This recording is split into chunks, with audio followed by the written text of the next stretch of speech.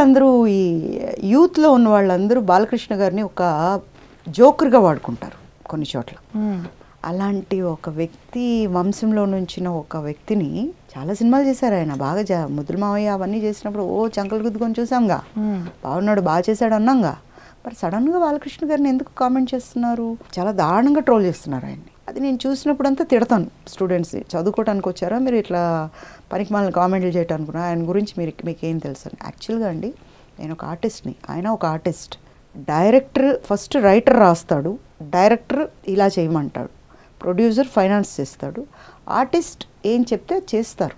బాలకృష్ణ గారు రాసుకోవట్లా కదా, ఇలా కొడితే అవే ఎగరాలి, ఇలా అంటే ఎగరాలి అని ఆయన రాసుకోవట్లా. అలాంటిది ఆయన మీద ఎప్పుడో ఒక సినిమాలో పండింది కాబట్టి డిఫరెంట్గా చేయటం వల్ల మీరు చూసి ఎంజాయ్ చేయటం వల్లే కదా ఇంకొక కథ రాశారు.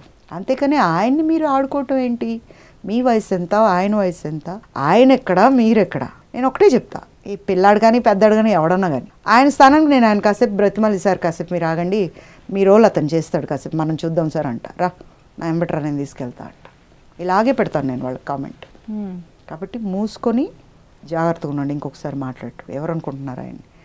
దాని అంతటికీ సమాధానం అఖండ. అబ్బో నాకు పిచ్చికిపోయిందండి నిజంగా. థియేటర్లో చూసాను నేను ఇది. అసలు అందరిలోకి అతిగా అల్లరి చేసింది ఆయనే.